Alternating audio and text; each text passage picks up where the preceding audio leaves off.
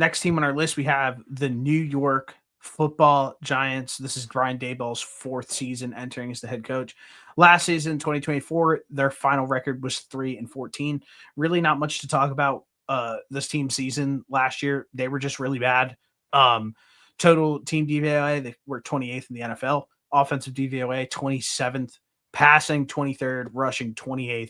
And 29th in defensive DVOA. I will say that there was one point last year where they almost won a game and against the Washington Commanders week 2, and they did not have a kicker, and they almost won the game without scoring. So that was impressive. I like that. I like that about this team. It shows that they have grit, and hope to God that they can figure out something to keep this team, like not having a kicker. I mean, come on, you have to lock in and have a kicker. That's insane. But how many times are you going through 3 kickers in a game? Hopefully never again. 0. Like 0. Never again. 0. But no, there wasn't. This is a team that there wasn't really a lot to be thrilled about last season. I mean, you had to watch games from Tommy DeVito, Tim Boyle, Drew Lock, and Daniel Jones. So the New York Giants have been in quarterback hell. They did get their guy this season, Daboll's guy, apparently, but Daboll's coaching for his life this upcoming year, no doubt about it. Yeah, I think that there's a little to be happy about, like leaving the season. I don't know why. Tyrone Tracy Jr. is an extremely under-discussed running back. I thought he was decent last year. I mean, he played better than when Saquon was behind the Giants' offensive line. I mean, but Saquon also wasn't healthy when he was there, so that's why. And then you obviously get Malik Neighbors, who's clearly a dog. I mean, there's really not much discussion there. He just kind of has like that it factor of a guy who's just gonna like absolute dominate from like a target's perspective and make things happen. And he made some big pop plays last year as well. So I think that there's like a little bit to be happy about from like what you saw from the offense on the offensive side of the ball last year, just being like, all right, you know what, like at least we have some dudes on the side of the football and maybe these guys can grow into something like a little bit more. Yeah, I think Malik Neighbors and Tyrone Tracy are 2 guys that you want to keep around for the foreseeable future. I think more of the excitement probably comes on the defensive side of football for if you're a Giants fan, with the way that defensive line is now shaped out to be,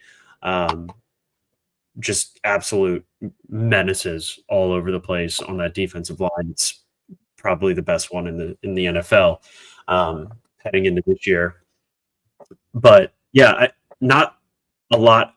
I meant not a lot from the quarterback perspective to look forward to, but at least you have a couple guys on offense that you're excited about heading into 2025. Yeah, let's get into the 2025 offseason. Do you have the roster losses on this team? They obviously cut Daniel Jones in the middle of the season. Is there anybody else that I am missing here on my end? Yeah, they moved on from Azeez Ojulari, Drew Lock, Jason Pinnock, Adoree Jackson, Madden legend Isaiah Simmons, Patrick Johnson, Tim Boyle. That's about Jonathan Sutherland.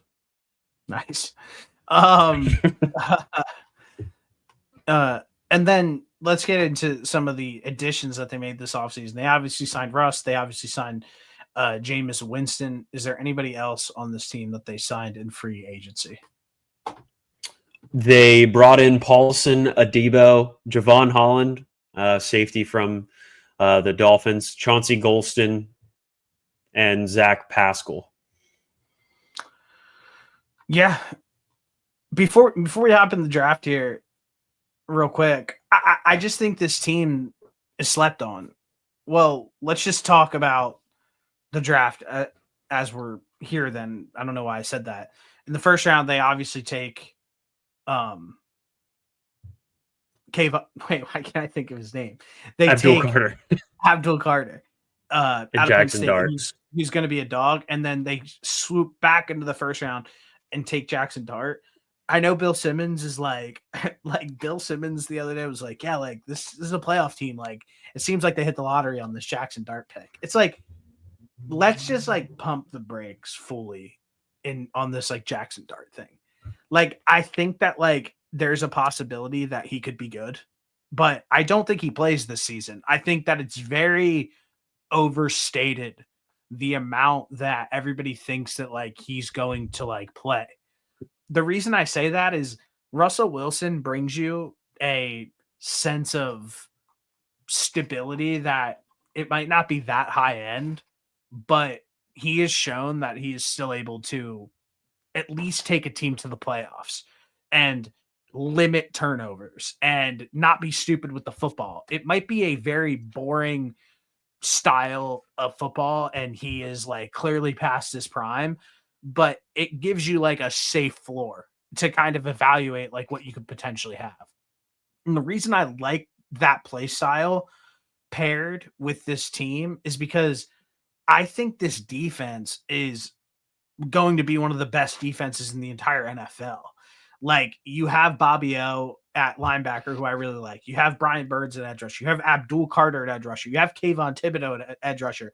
Then, so you have a menacing, and then you have Dexter Lawrence, probably the best tackle in football. Then you have this menacing edge rush and defensive line.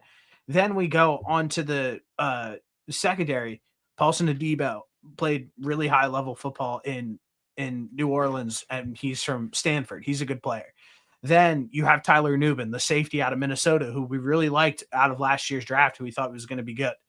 So they have him. Javon Holland, who probably took a little bit of a step back from where he was 2 years ago with the Miami Dolphins, but the Miami Dolphins were clearly a wreck last year. That's very public, like I'd say. Yeah. And then you have Deonte Banks, who I think is going to be a decent corner. He's obviously coming into his own, and Drew Phillips is your nickel. I just like this defense as a whole. So if you're telling me that we have this defense and paired up with this nasty edge rush, it's like, I mean, really not the sky's the limit, but they are going to be a son of a bitch to play. And like I said, that play style matched with what Russ's skill set is at this point in his career gives this team stability across the board, I feel like. Yeah, I mean, as much as I don't agree with you that, like, I don't like Russ, so I don't think this team's necessarily a playoff team, but I do agree with you that this defense is going to be disgusting, and there could be a scenario where Russ just does the absolute minimal game managing like he did in Pittsburgh, and they somehow squeak into like maybe a wild card spot if some other things around the league bounce their way. I think they need more things outside of their control to bounce their way for them to be a playoff team. But there is unfortunately a universe where they are the Pittsburgh Steelers of last year. Yeah. Because of how good this defense could be. And I think Russ probably has more weapons than he did in Pittsburgh offensively. You think? He does. I mean, Malik Neighbors is better than every skill position that the Pittsburgh Steelers have. Yeah, and Tyron Tracy too. Yeah. So as unfortunate as that is, I just don't like Russ. I just don't think he's good. But if he does what he did last year and this defense plays out of their mind, which they very well could, they could be a Pittsburgh Steelers type team for 2025. But like I said, I think a lot of that needs to be dependent on external factors from the Giants. But what we could see if things don't go right is obviously I think Jackson Dart will play if things are ugly at halfway through this season.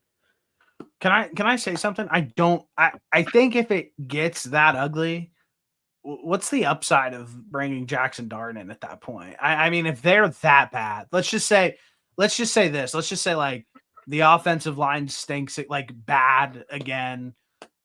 Neighbors back is an actual issue, and they just look like shit. Is there any upside to bring in Jackson Dart on a team that is just like they clearly don't have a shot at all. I mean, New England did it last year with Drake May. They didn't have a shot. They brought him in. But Drake May was a top 3 pick. That's a little different than trading up into the 20s and grabbing somebody. I know, but it's still a first-round quarterback, and front offices feel pressure all the time. If you're taken in the top 5, you're pretty damn near expected to start your first year. I agree with you. But again, I think that the pressure from fan bases gets to front offices if things don't go well, and they will likely cave if the season isn't going well. The reason I say that to you is I would argue that we see Jameis Winston play in football games before we see fine with me play. That's my argument on that is like there is no reason to bring somebody in if it's truly that bad. Like if it's ugly the way that you just said, there's no upside to bring him in. And then you got somebody like Jameis to be able to come in and play football for you. You pay a lot of money for him as a backup. Like it feels like that is like what he's going to do at that point if it gets out of hand. I mean, I would be cool watching Jameis throw the football to Malik Neighbors, especially since I have Malik in fantasy now, and I know he'll get his targets, but when Jameis Winston goes out there and slings it around a lot more recklessly than Russ does at this point, and who knows?